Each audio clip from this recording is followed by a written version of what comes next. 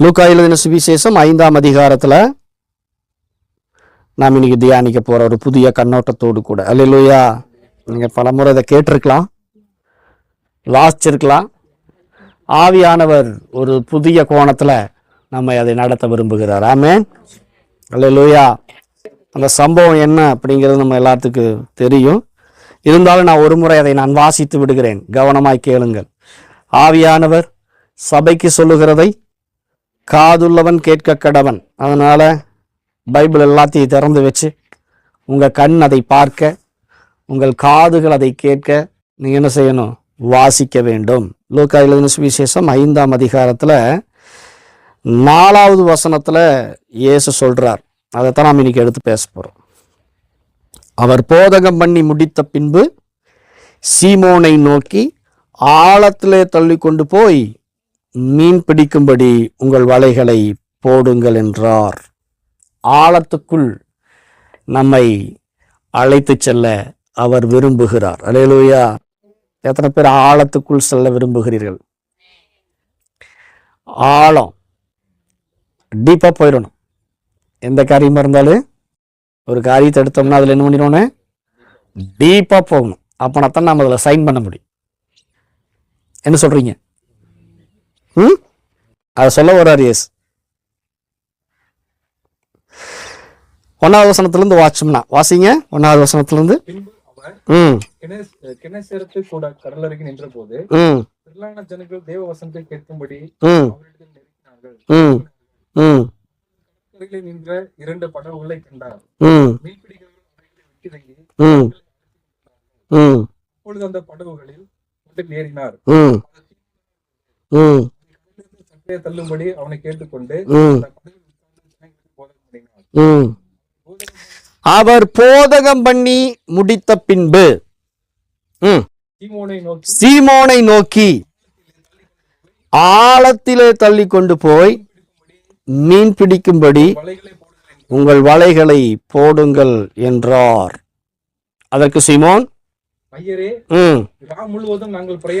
ரா முழுவதும் நாங்கள் பிரயாசப்பட்டும் ஒன்றும் அகப்படவில்லை, ஆகிலும் உம்முடைய வார்த்தையின்படியே வலையை போடுகிறேன். அந்தபடி அவர்கள் செய்து தங்கள் வலை கிழிந்து போகத்தக்கதாக மிகுதியான மீன்களை பிடித்தார்கள். அல்லேலூயா. தேவனுடைய வார்த்தை சொல்லுகிறது, இயேசு சொல்லுகிறார், ஆழத்துக்குள்ள போக விரும்புங்கள். எதுக்குள்ள போகணும்? ஏன் ஆழத்துக்குள்ள போகணும்? ஏன்னா எசேக்கியேல் 47ஆம் அதிகாரத்தை தான் நாம தியானிச்சுட்டு இருக்கிறோம். எசேக்கியேல் 47ஆம் அதிகாரத்தை எடுங்க. பேதுரு இன்னும் ஆழத்துக்குள்ள போகல.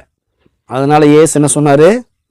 ஆழத்துக்குள்ள போகணும் பேதுரு, டீப்பா போகணும். அப்பனாத்தான் நீ எதை பண்ண முடியும், அதை அச்சீவ் பண்ண முடியும். மேலோட்டமா இருக்கக்கூடாது, மேலோட்டமான வாழ்க்கையா இருக்கக்கூடாது, மேலோட்டமா வாழக்கூடாது. கிறிஸ்துவ வாழ்க்கைங்கிறது தேவனுடைய வார்த்தையில ஆழமா போகணும், தேவனுடைய நதிக்குள்ள ஆழமா போகணும். அப்படி போனாதான் நம்ம எல்லாவற்றையும் என்ன பண்ண முடியும்? பெற்று அனுபவிக்க முடியும். அல்லேலூயா. எசேக்கியேல் தீர்க்கதரிசி புஸ்தகம் 47ஆம் அதிகாரத்தை நாம் வாசிக்கும் போது ஒரு மனுஷனை கர்த்தர் ஆழங்களுக்குள் நடத்தி செல்கிறார். எசேக்கியேல் அப்படிங்கிற தீர்க்கதரிசியை ஆழத்துக்குள் நடத்தி செல்லுகிறார். இயேசு பேதுருவை ஆழத்துக்குள் நடத்தி சென்றார். இன்னைக்கு நம்ம ஒவ்வொருத்தரையும் தனிப்பட்ட விதத்துல கர்த்தர் ஆழங்களுக்குள் கொண்டு செல்ல விரும்புகிறார். யாரெல்லாம் அவருடைய கையை பிடிச்சு நடக்க ஆசைப்படுறீங்க? அல்லேலூயா. ஆசை இருக்கா? ஆசை இருக்கா உங்களுக்கு? தாகம் உள்ளவன் மேல் தண்ணீரையும் வறண்ட நிலத்தில் மேல ஆறுகளையும் ஊற்றுவேன். தாகம் இருக்கணும், ஆழத்துக்குள்ள போகணும். ஏன் ஆழத்துக்குள்ள கொண்டு போகணும்னு சொல்றாரு? ஆழத்துக்குள்ளதான் எல்லாமே இருக்குது. பக்கத்துல இப்படி சொல்லுங்க, ஆழத்துக்குள்ளதான் நீங்க தேடுகிற முத்து அங்கதான் இருக்குது. முத்து எங்க இருக்குது? மேல கடற்கரையிலையா? நீங்க போட்டிருப்பீங்களே பொன் வெள்ளி, இதெல்லாம் எங்க இருக்குது? மேலேயே கிடக்குதா? எல்லாமே ஆழத்துக்குள் இருக்கு. மீன் ஆழத்துக்குள்ளதான் இருக்கு. அல்லேலூயா. அப்போ உங்களுக்கு தேவையான ஆசீர்வாதம் உள்ள, செழிப்புள்ள, வெற்றியுள்ள ஒரு வாழ்க்கை தேவன் நடத்தி செல்லுகிற ஆழங்களுக்குள் இருக்கிறது. அதனாலதான் எசேக்கியேல் தீர்க்கதரிசி என்ன சொல்றாருன்னா, வா, நான் உன்னை ஆழங்களுக்குள் கொண்டு செல்ல விரும்புகிறேன்.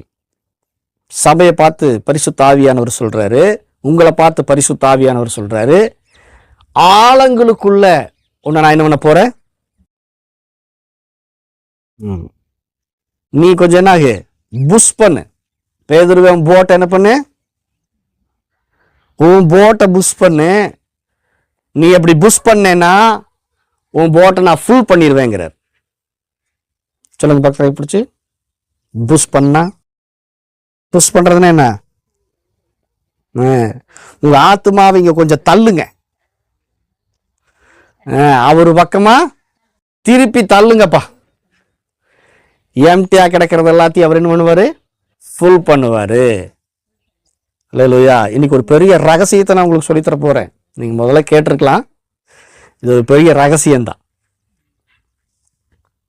எசேக்கியேல் அப்படிங்கிற தீர்க்கதரிசியை கர்த்தர் என்ன பண்றாரு? ஆலயத்திலிருந்து என்ன பண்றாரு? ஒரு நதி போகுது. இதை பத்தி நான் போன வாரம் பேசியிருக்கிறேன். அதை பார்த்துட்டு இது பார்த்தீங்கன்னா உங்களுக்கு புரியும். அப்போ ஆலயத்திலிருந்து ஒரு நதி புறப்படுது அப்படின்னால நம்ம பார்த்தோம். இப்ப பாத்தீங்கன்னா 3வது வசனம் சொல்லுது பாருங்க. எசேக்கியேல் 47:3. அந்த புருஷன் தமது கையில் நூலை பிடித்து கொண்டு கிழக்கே புறப்படுகையில் 1000 முழம் அளந்து என்னை தண்ணீரை கடக்க பண்ணினார். தண்ணீர் கணுக்கால் அளவாய் இருந்தது.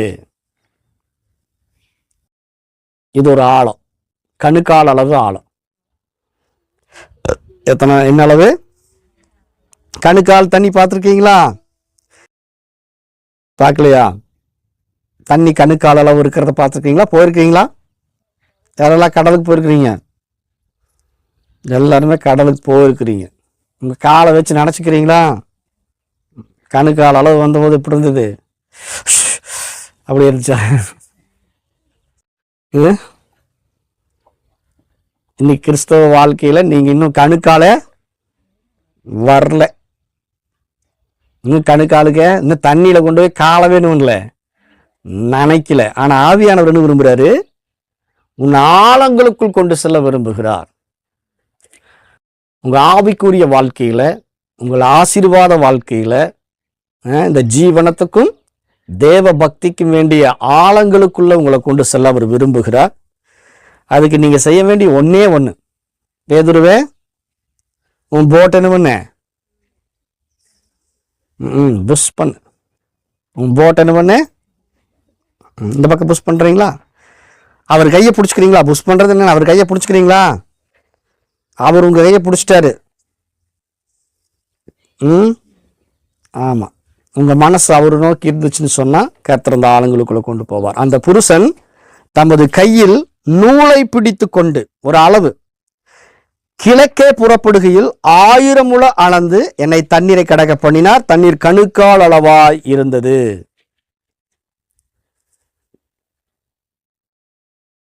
இத இந்த அதிகாரத்தை ஜபத்துக்கு நாம ஒப்பிட்டு பேசலாம். ஜபம், ஒரு விசுவாசியினுடைய ஜபம் அல்லது ஊழியக்காரர்களுடைய ஜபம், ஒரு ரட்சிக்கப்பட்ட தேவனுடைய பிள்ளையினுடைய ஜபம் எந்த அளவு இருக்கணும், எந்த ஆழம் இருக்கணும் அப்படிங்கிறத பரிசுத்த ஆவியானவர் இங்க விளக்கி காண்பிக்கிறார். அல்லேலூயா. எத்தனை அளவு இருக்குன்னு பாருங்க. கணுக்கால், இடுப்பு, முழங்கால், நீச்சலாளமும் கடக்க முடியாத நதியுமாயிருந்தது. இப்படி 4 அளவு இருக்குது. சொல்லுங்க, எத்தனை அளவு இருக்குது? 4 அளவு இருக்குது. ஒரு நாளைக்கு எத்தனை மணி நேரம்?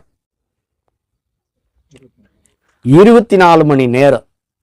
24 மணி நேரத்தை 4 பிரிச்சா 6, 4 6 24, 6 மணி நேரம் ஜெபம் பண்ணணும். ஒரு விசுவாசி கணுக்கால் அளவு அந்த ஆழத்துக்குள்ள போகணும்னா ஒரு நாளைக்கு 6 மணி நேரம் ஜெபம் பண்ணணும். எத்தனை மணி நேரம் ஜெபம் பண்ணணும்? முடியுமா? 6 மணி நேரம் ஜெபம் பண்ண முடியுமா? நீங்களா முடியாதுன்னு தான் சொல்லுவீங்க, ஆனா முடியும். யூதா 20வது வசனத்துல யூதா எழுதுறாரு, நீங்களோ பிரியமானவர்களே, உங்கள் மகா பரிசுத்தமான விசுவாசத்தின் மேல் உங்களை உறுதிப்படுத்தி கொண்டு பரிசுத்த ஆவிக்குள் எப்பொழுதும் ஜெபம் பண்ணி விழித்திருங்கள். அல்லேலூயா. எப்பொழுதும், அதாவது 24 ஹவர்ஸும் புது சிருஷ்டியாயிருக்கிற, கிறிஸ்துவுக்குள்ள புது சிருஷ்டியாயிருக்கிற ஒவ்வொரு தேவனுடைய பிள்ளையும் 24 மணி நேரமும் தேவனோடு கூட சம்பாசித்து கொண்டிருக்க முடியும். அல்லேலூயா. சூலமத்தி சொல்றா பாரு, நான் படுத்து நித்திரை செய்தேன், தூங்கிட்டேன், ஆனாலும் என் இருதயம் விழித்திருந்தது. எது விழித்திருந்ததா? இருதயம் விழித்திருந்தது. கதவை தட்டுகிற என் நேசருடைய சத்தத்தை கேட்டேன். இதான் ஆவியில விழிப்புள்ளவங்களா இருக்கிற. சரீரத்துல படுத்து தூங்கிட்டு இருப்போம், ஆனா ஆவி எப்படியுமே விழிப்புள்ளதா அது மாறணும் அப்படின்னு சொன்னா நீங்க எப்பொழுதும் பரிசுத்த ஆவிக்குள் ஜெபம் பண்ண வேண்டும். பரிசுத்த ஆவிக்குள்ள ஜெபம் பண்றதுன்னு என்ன அர்த்தம்? 1 கொரிந்தியர் 14ஆம் அதிகாரத்துல பவுல் சொல்றாரு பாருங்க, பரிசுத்த ஆவியில நம்ம விண்ணப்பம் பண்ண முடியுமா? ஆவியில விண்ணப்பம் பண்றதை பத்தி அவர் எழுதும் போது என்ன சொல்றாருன்னா, அந்நிய பாஷையில் பேசுகிறவன் ஆவியினாலே தேவனிடத்துல ரகசியங்களை பேசுகிறான். 1 கொரிந்தியர் 14ஆம் அதிகாரம் 2வது வசனத்துல வாசிங்க. 1 கொரிந்தியர் 14:2, ஏனெனில் அந்நிய பாஷையில் பேசுகிறவன் ஆவியினாலே ரகசியங்களை பேசினாலும் அவன் பேசுகிறதை ஒருவனும் அறியாதிருக்கிறபடியினால் அவன் மனுஷரிடத்தில் பேசாமல் தேவனிடத்தில் பேசுகிறான். அல்லேலூயா. ஆவியில எப்பொழுதும் ஜெபம் பண்ண முடியும். ஆவியில நீங்க ஜெபம் பண்ணீங்கன்னு சொன்னா, அல்லேலூயா, ஆவியில ஜெபம் பண்றது என்ன? அந்நிய பாஷையில ஜெபம் பண்றது. அந்நிய பாஷையில ஜெபம் பண்றது. நான் நேற்று ஒரு சாட்சி கேட்டேன். ஒரு மிகப்பெரிய ஊழியக்காரர், அவருக்கு ஊழியம் செய்யணும்னு ஆசை. ஆரம்பத்தில் ஊழியத்துக்கு வர்றதுக்கு முன்னாடி ஆரம்பத்தில் அவருக்கு ஊழியம் செய்யணும்னு ஆசை. அவருடைய ஊழியத்தில் அற்புதங்கள் அடையாளங்கள் நடக்கணும், தீர்க்க தரிசனங்கள் சொல்லணும், வெளிப்பாடுகளை சொல்லணும். நாம மற்றவங்களுக்கு சபைக்கு ஆசீர்வாதமா இருக்கணும். சொல்லுங்க, யாரெல்லாம் சபைக்கு ஆசீர்வாதமா இருக்க விரும்புறீங்க? கிறிஸ்துவின் சபைக்கு ஆசீர்வாதமா இருக்கோன்னு நீங்க விரும்புனீங்கன்னா, நீங்க ஆசீர்வாதமா இருக்கணுங்கிறதுக்காகத்தான் இந்த பூமிக்கு ஆண்டவன் இருக்காரு. ஆமா, சபைக்கு ஆசீர்வாதமா இருக்கணும், சமுதாயத்துக்கு ஆசீர்வாதமா இருக்கணுங்கிறதுக்காகத்தான் அவர் உங்களை கொண்டு வந்திருக்கிறார். அப்போ ஒரு விசுவாசி சபைக்கு பிரயோஜனம் உள்ளவனா ஆசீர்வாதம் உள்ளவனா இருக்கணும்னு சொன்னா என்ன செய்யணும்? இவர் கேட்டார், நான் என் ஊழியத்தில் இப்படியெல்லாம் நடக்கணும்னு நான் விருப்பப்படுறேன் அப்படின்னு சொன்ன உடனே இவரை நடத்தின ஊழியக்காரர் என்ன சொன்னார்னா, அப்படின்னா நீ ஒரு நாளைக்கு 3 மணி நேரம் அந்நிய பாஷையில ஜெபம் பண்ணணும்னு சொன்னார். ஒரு நாளைக்கு எத்தனை மணி நேரம்? 3 மணி நேரம் அந்நிய பாஷை பேசணும். அது தொடர்ந்து என்ன ஆகணும்? 8 மணி நேரமா அதிகரிக்கணும்னு சொன்னார். அல்லேலூயா. இது ஊழியக்காரங்களுக்கு.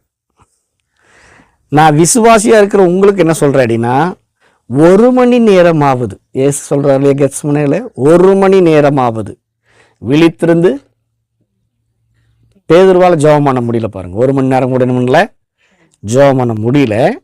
பெந்தகோஸ்தே நாளுக்கு முன்னாடி, பெந்தகோஸ்தே என்னும் நாள் வந்ததுக்கு அப்புறம் அவர் மணிக்கணக்க ஜெபம் பண்றார். அவர் என்ன சொல்றாரு பாருங்க, அப்போஸ்தலர் 6ஆம் அதிகாரத்துல, நாங்களோ ஜெபம் பண்ணுவதிலும் தேவ வசனத்தை போதிக்கிற ஊழியத்திலும் இடைவிடாமல் தரித்திருப்போம். அப்ப ஜெபம் பண்றதுக்கு இடைவிடாமல் நான் தரிச்சிருப்பேன் அப்படின்னு பேதுரு சொல்றாரு. அப்ப இந்த ஜெபத்துல ஒரு நாட்டத்தையும் விருப்பத்தையும் வாஞ்சையும் உண்டு பண்ணுகிறவர் தான் பரிசுத்த ஆவியானவர். அந்த பரிசுத்த ஆவியானவரோடு கூட நீங்க ஐக்கியப்படுறீங்க. எப்படி ஐக்கியப்படுறீங்கன்னா, நல்லா ஆவியில் நிறைஞ்சு நல்லா பேசும்போது, ப்ராக்டிக்கலா பேசுறேன், ஒரு 10 நிமிஷம் பேசுனீங்கன்னா உங்களுக்கு தூக்கம் வர்ற மாதிரி தான் இருக்கும். அந்நிய பாஷையில பேசும்போது ஆமா, அப்படியே தூங்கிடலாம் போல் இருக்கும். அரை மணி நேரம் பேசுனீங்கன்னா இன்னும் கொஞ்சம் என்ன ஆகும், அப்படி கொஞ்சம் ரிலீஃப் ஆகும். 1 மணி நேரம் நம்ம பேசும்போது இன்ஜின் பாட்டில் ஸ்டார்ட் ஆயிடும். ஏன்னா இதுக்கு முன்னாடி இன்ஜின் என்ன இருக்குது, அப்படியே கிடந்திருக்குது கிடப்பில், சீக்கிரம் என்ன ஆகாது, ஸ்டார்ட் ஆகாது. அதனால நல்லா என்ன பண்ணணும், பேசணும். நல்லா ஒரு அரை மணி நேரம் நீங்கள் பேசிட்டீங்கன்னா ரிலீஃப் ஆகிறதுக்கு எப்படியும் 10-15 நிமிஷம் ஆயிரும். 15 நிமிஷம் நல்லா பேசணும்னா அப்புறம் அது பாட்டில் நான் பேசிகிட்டே இருப்பேன். அல்லேலூயா. சாப்பிட்ற தவிர நேரம் தவிர பேசிகிட்டே இருக்கணும். அப்படின்னா தான் உங்கள் ஆவி என்ன ஆகுன்னா உயிரடையும், உங்கள் ஆவிக்குரிய கண் திறக்கப்படும், உங்களுக்கு வரக்கூடிய காரியங்கள் எல்லாம் தெரியும். அடுத்தடுத்து என்ன செய்யணுங்கிறத பரிசுத்த ஆவியானவர் காண்பிச்சு கொடுப்பார். இந்த ஆளுங்களுக்குள்ளலாம் நீங்கள் வரணும் விரும்புகிறேன் நான். அல்லேலூயா. அதுக்கு நீங்கள் செய்ய வேண்டிய ஒன்றே ஒன்று, உங்கள் வாயை மாத்திரம் கொடுங்கள். ஊருக்கதை பேசுறதுக்கு எத்தனை முறை கொடுக்குற வாயை? தேவனுடைய பாஷைகளை பேசுவதற்கு உங்கள் நாவை என்ன பண்ணுங்க, ஒப்பு கொடுங்கள். அந்த புருஷன் தமது கையில் நூலை பிடிச்சிட்டு இருந்தாரா, பின்னும் அவர் 1000 முழம் அளந்து, பாருங்க, அவருடைய தாகம் தீரலை, கணுக்கால் அளவு அவருக்கு ஆவிக்குரிய வாழ்க்கையில திருப்தி அடைஞ்சு நின்றக்கூடாது. எனக்கு இன்னும் வேணும் இன்னும் வேணும்னு சொல்லி அடிக்கடி பெய்கிற மழை நீரை குடிக்குது பாத்தியா, அந்த நிலை தான் தேவனால் ஆசீர்வாதம் பெறும். அல்லேலூயா சொல்லுங்க. இன்னும் வேணும், இன்னும் இந்த ஆழத்துக்குள்ள போகணும். வாஞ்சிக்கிறீங்களா? விரும்புறீங்களா? எதை விரும்புறீங்க? எதை விரும்பிட்டு இருக்கிறோம் நாம? ஆவிக்குரிய வாழ்க்கையில முன்னேறி செல்வதற்கு விருப்பத்தை நாம் என்ன பண்ணணும்? ஆமா, ஏற்படுத்திக்கணும். எதை புஷ் பண்றது? உங்க விருப்பத்தை, உங்க மனசை இது பக்கமா திருப்பணும், ஆவிக்குரிய காரியங்கள் பக்கமா திருப்பணும். அதைத்தான் சொன்னாரு பேதுருவே, இது வரைக்கும் நீ என்ன பண்ணிட்டு இருந்த, உன்னுடைய சொந்த முயற்சி பண்ணிட்டு இருந்த, ஒன்றும் ஒரு மீனும் கூட கிடைக்கல. இப்ப நான் சொல்றேன் இல்லையா, இந்த வார்த்தையின்படி உன்னை புஷ் பண்ணு. ஆண்டவரே, உம்முடைய வார்த்தையின்படி நான் என்ன பண்றேன், புஷ் பண்றேன். என் போட்டை நீங்க கண்டிப்பா ஃபுல் பண்ணுவீங்க. அல்லேலூயா. ஏன் வெறுமை இருக்குது? ஏன் இருதயத்துல வெறுமை இருக்குது? திருப்தியா இருக்கிறது பாருங்க. நீங்க எந்த வேலை செஞ்சாலும் என்ன காரணம் தெரியுமா? இன்னும் பரிசுத்த ஆவிக்குள்ளன்னு ஆகல, நீங்க நிரம்புல ஜெபிக்கலன்னு அர்த்தம். பரிசுத்த ஆவிக்குள்ள நிரம்பி ஜெபிக்கலன்னா ஒரு வெறுமை இருந்துட்டே இருக்கும். நீங்க என்ன செஞ்சாலும் அதுல ஒரு சந்தோஷம் இருக்காது. அல்லேலூயா. அப்படி ஃபீல் பண்ணிருக்கிறீங்களா? அப்படின்னா நீங்க ஜெபத்துல என்ன ஆயிட்டீங்க, குறைஞ்சிட்டீங்கன்னு அர்த்தம். அப்போ உங்களுடைய ஆத்துமாவை திருப்திப்படுத்தக்கூடிய கொழுமையான பதார்த்தம் எங்க இருக்குது? அவருடைய சமூகத்தில் இருக்கிறது, ஆவியானவரோடு கொண்டுள்ள ஐக்கியத்தில் இருக்குது. நீங்க ஆவியில் நிரம்பி ஜெபிக்கிறதுல இருக்குது அந்த விஷயம். அல்லேலூயா. எங்கே நிம்மதி, எங்கே நிம்மதி அப்படின்னு ஓடுறாங்க இல்லையா? எங்க நிம்மதி இருக்குது? தேவ சமூகத்துல தான் நிம்மதி இருக்குது. ஏன்னா நம்ம அங்கதான் தொலைச்சிட்டோம். ஏதேன் தோட்டத்துல என்ன பண்ணிட்டோம்? ஆதாம் என்ன பண்ணா, தேவனுடைய சன்னிதானத்தை விட்டு விலகி அத்திமரத்துக்கிட்ட போய் நின்னுட்டான்.